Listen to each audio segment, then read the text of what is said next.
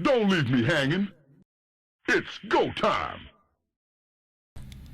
Hey everybody, it's Josh, and here we have the first game of the best of 5 finals of the Intel Extreme Masters Global Challenge as part of Gamescom 2010, which took place in Cologne, Germany. And the players here today are MorroW. MorroW, of course, is the Swedish Terran player, and he is a member of Mouse Sports. He is the red Terran down here in the bottom left of Xel'Naga Caverns, and his opponent today is going to be IdrA, the American-born person living in South Korea, playing with the Brood War pro gaming team CJ Entis. His name in this game is going to be Sean. That is an account that belongs to Sean Good, who is an ESL admin. IdrA, as we all know by now, does not have a European account of his own because he plays in Korea and ladders in America, just doesn't have a European account. So IdrA, going to be Sean today, and he did play this game on stage, obviously, so we know that it is IdrA. There's no debating that, but I'm casting these finals for everybody who basically requested that I cast the finals. I wasn't going to do it, but that's because all the VODs casted by Day9 and DePaulo are actually online on ESL's website. If you want to watch them cast the game instead, please feel free to do so. But I will warn you that the OctoShape plugin and the buffering has had a lot of problems for a lot of people, so YouTube it is. So you have choices to watch these games. You can watch me or you can watch Day9 and DePaulo. But here we go into the actual game. IdrA did get a spawning pool after that extractor, so it looks like Zergling speed is going to be the first thing on his list of things to get, while MorroW is actually building his first barracks up at the ramp like any good Terran player will. He's also left room for an add-on up here.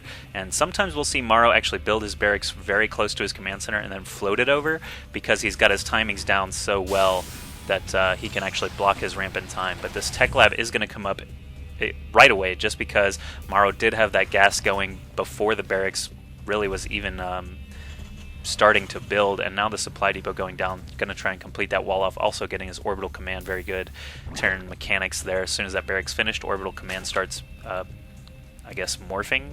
Yeah, it says morphing right there, I can't argue that.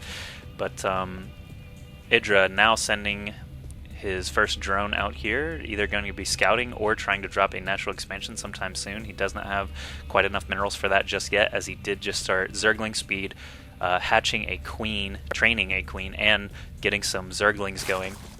These first 2 Zerglings are going to pop out and chase down this SCV of MorroW. MorroW, on the other hand, getting those nitro packs extremely quickly. He's already got 1 Reaper out, has not queued a second one just yet, but basically it's just a matter of time. He's got the gas for it, so he's actually falling a couple of seconds behind trying to kill off that drone that IdrA snuck into his base. So unless he's looking for some other gas structure, yeah, that Reaper was delayed needlessly. I don't believe he was supply blocked there, no, so I'm not sure what that was about, but 2 more barracks coming down at the same time. Probably going to be going very heavily invested in Reapers since he did get that Nitro Pack upgrade very quickly. Now he's scooting across the map with his jetpacks. It looks like IdrA is choosing right now to drop this hatchery, but the Overlord did see that Reaper approaching, so IdrA is going to have to make a decision here. It looks like he is going to go for that hatchery even after seeing that Reapers were on the way, and this Nitro Pack upgrade has not finished yet, so IdrA probably doesn't know how heavily MorroW is investing in these Reapers at the moment. However, IdrA is going to have to keep making lots of speedlings. He's got 2 queens up right now, which is definitely going to help with his defense, but if this hatchery doesn't finish in time, MorroW can actually crank out a ton of Reapers before IdrA is able to use that hatchery for anything.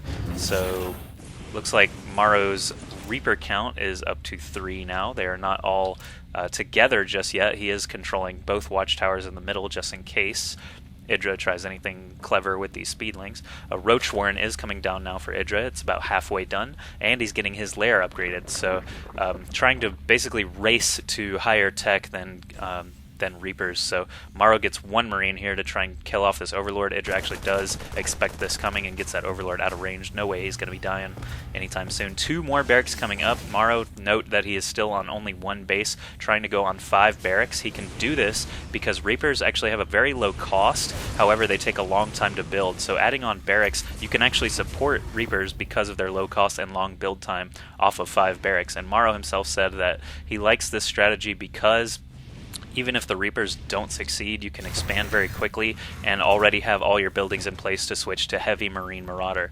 But here he is going to start moving with his first 5 Reapers. IdrA did spot some red on the minimap with his creep tumors, but now 6 Reapers here take a free shot at that hatch. The Queen and the Speedlings of IdrA are trying to stop all the damage they can. This Queen actually could go down here. It is not as fast as these Reapers, even on the creep. These Reapers do have their Nitro Pack upgrade. Looks like IdrA is spawning some more creep with his Overlord. I like that move, as well as getting these creep tumors out. So he has a large range to get around these Reapers with his Speedlings. And now the first Roach is out as well, but look at all these Reapers here.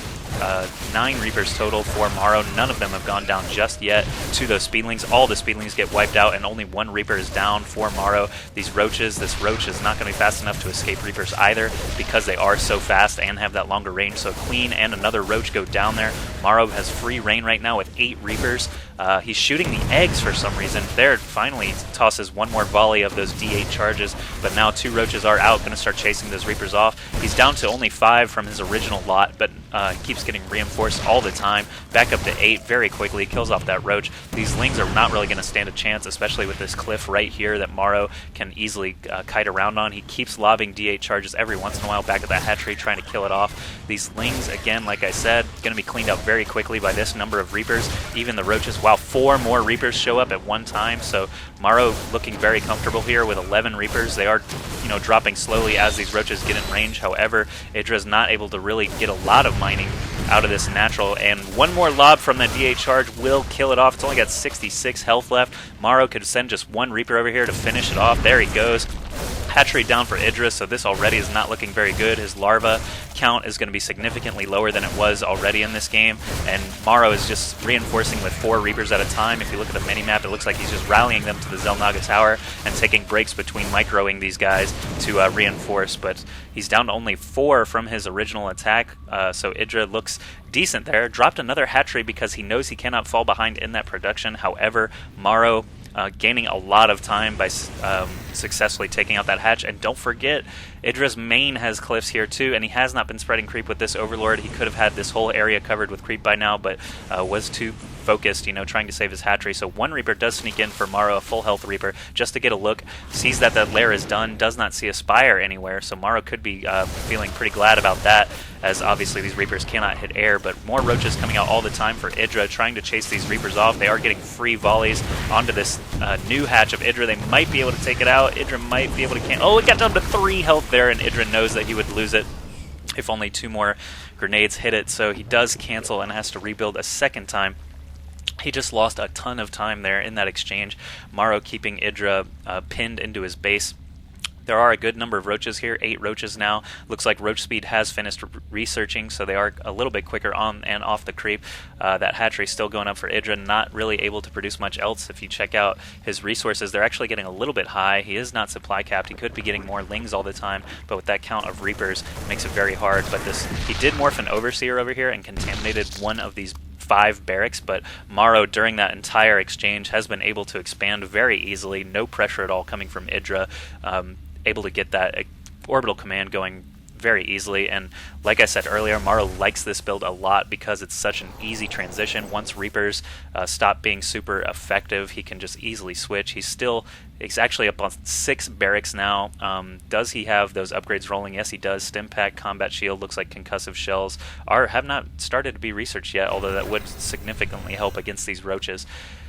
But +1 weapons already finished. I mean, this really bio for Terrans is so strong anyway, and the fact that he already had a structure in place and is now fully mining off of these 2 bases. He's got 45 SCVs and 2 mules to only 26 drones of IdrA. He's sitting in a comfortable 86 food against only 61 of IdrA. IdrA did get a Baneling nest up without me noticing, so I apologize for that, but now we see just a ton of Banelings morphing in here. 17 Banelings all at once. He's got several Roaches here at each watchtower.